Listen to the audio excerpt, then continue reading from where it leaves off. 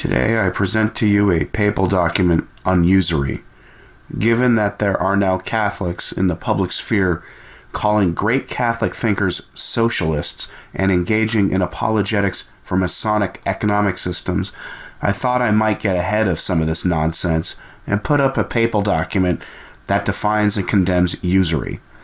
These days, the modernists in the church will tell you that usury is only the charging of unjust interest on a loan, whatever that means. It used to be that charging any interest on a loan at all was considered usury and was condemned as a violation of the natural law, for money is sterile. Usury was once condemned as being similar to sodomy.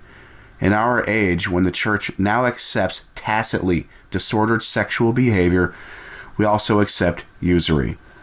In the coming weeks, I'll plan to upload Pius XI's Quadragesimo Anno, because that encyclical was also recently used badly by Catholics in this section of the internet to condemn Catholic ideas and to defend un-Catholic ones. So now I pretty much have to upload it so people can hear it for themselves. Anyway, thanks for listening and for your support. Have a blessed weekend. Vix Pervenit on Usury and Other Dishonest Profits by Pope Benedict XIV, 1745. To the venerable brothers, patriarchs, archbishops, bishops, and ordinary clergy of Italy, venerable brothers, greetings and apostolic benediction. Hardly the new controversy, namely, whether certain contracts should be held valid, come to our attention when several opinions began spreading in Italy that hardly seemed to agree with sound doctrine. We decided that we must remedy this. If we did not do so immediately, such an evil might acquire new force by delay and silence. If we neglected our duty, it might even spread further, shaking those cities of Italy so far not affected. Therefore, we decided to consult with a number of the cardinals of the Holy Roman Church, who are renowned for their knowledge and competence in theology and canon law. We also called upon many from the regular clergy who are outstanding in both the faculty of theology and that of canon law. We chose some monks, some mendicants, and finally some from the regular clergy. As presiding officer, we appointed one with degrees in both canon and civil law, who had lengthy court experience. We chose the past July 4th for the meeting at which we explained the nature of the whole business. We learned that all had known and considered it already. We then ordered them to consider carefully all aspects of the matter, meanwhile searching for a solution. After this consideration, they were to write out their conclusions. We did not ask them to pass judgment on the contract which gave rise to the controversy, since the many documents they would need were not available. Rather, we asked that they establish a fixed teaching on usury, since the opinions recently spread abroad seemed to contradict the Church's doctrine. All complied with these orders. They gave their opinions publicly in 2 convocations, the first of which was held in our presence last July 18th, the other last August 1st. Then they submitted their opinions in writing to the secretary of the convocation. Indeed, they proved to be of one mind in their opinions. 1. The nature of the sin called usury has its proper place and origin in a loan contract. This financial contract between consenting parties demands, by its very nature, that one return to another only as much as he received. The sin rests on the fact that sometimes a creditor desires more than he has given. Therefore, he contends some gain is owed him beyond that which he loaned, but any gain which exceeds the amount he gave is illicit and usurious. 2.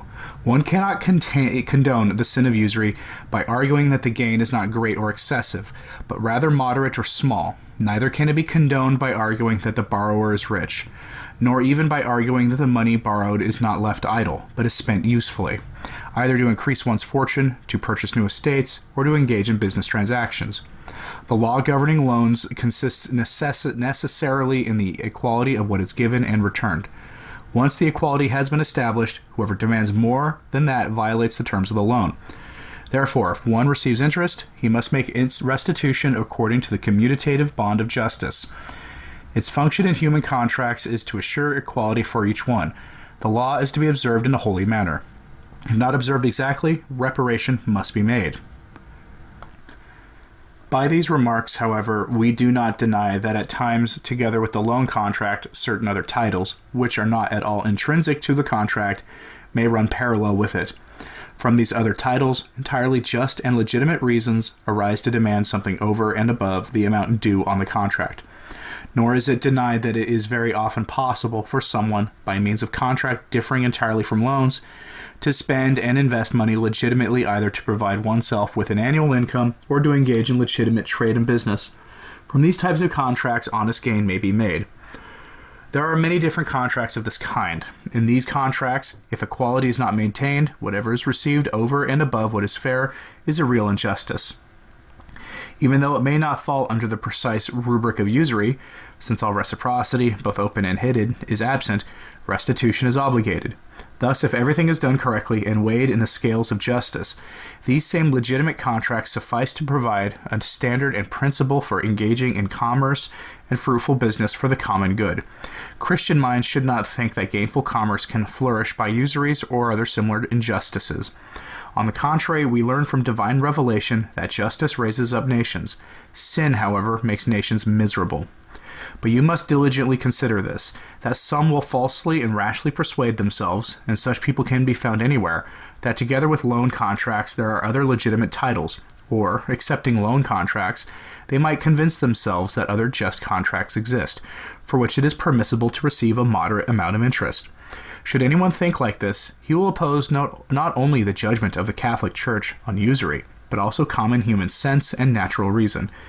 Everyone knows that man is obliged in many instances to help his fellows with a simple, plain loan. Christ himself teaches this. Do not refuse to lend to him who asks you.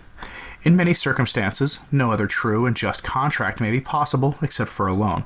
Whoever therefore wishes to follow his conscience must first diligently inquire if, along with the loan, another category exists by means of which the gain he seeks may be lawfully attained. This is how the cardinals and theologians and the men most conversant with the canons, whose advice we had asked for in this most serious business, explained their opinions. Also, we devoted our private study to this matter before the congregations were convened. While they were in session, for we read the opinions of these outstanding men most diligently. Because of this, we approved and confirmed whatever is contained in the opinions above, since the professors of canon law and theology, scriptural evidence, the decrees of previous popes, and the authority of church councils, and the fathers all seem to enjoin it. Besides, we certainly know the authors who hold the opposite opinions, and also those who either support and defend those authors, or at least who seem to give them consideration. We are also aware that theologians of regions neighboring those in which the controversy had its origin undertook the defense of the truth with wisdom and seriousness. Therefore, we address these encyclical letters to all Italian archbishops, bishops, and priests to make you all aware of these matters. Whenever synods are held or sermons preached or instructions on sacred doctrine given, the above opinions must be adhered to strictly. Take great care that no one in your dioceses dares to write or preach the contrary. However, if anyone should refuse to obey, he should be subjected to the penalties imposed by the sacred canons on those who violate apostolic mandates. Concerning the contracts specifically which cause these new controversies, we decide nothing for the present.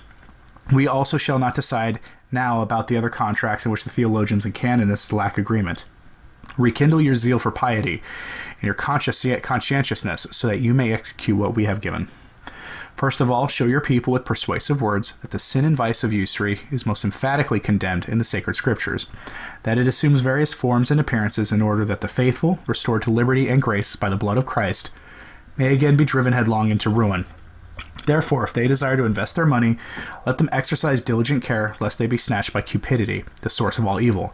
To this end, let them be guided by those who excel in doctrine and the glory of virtue.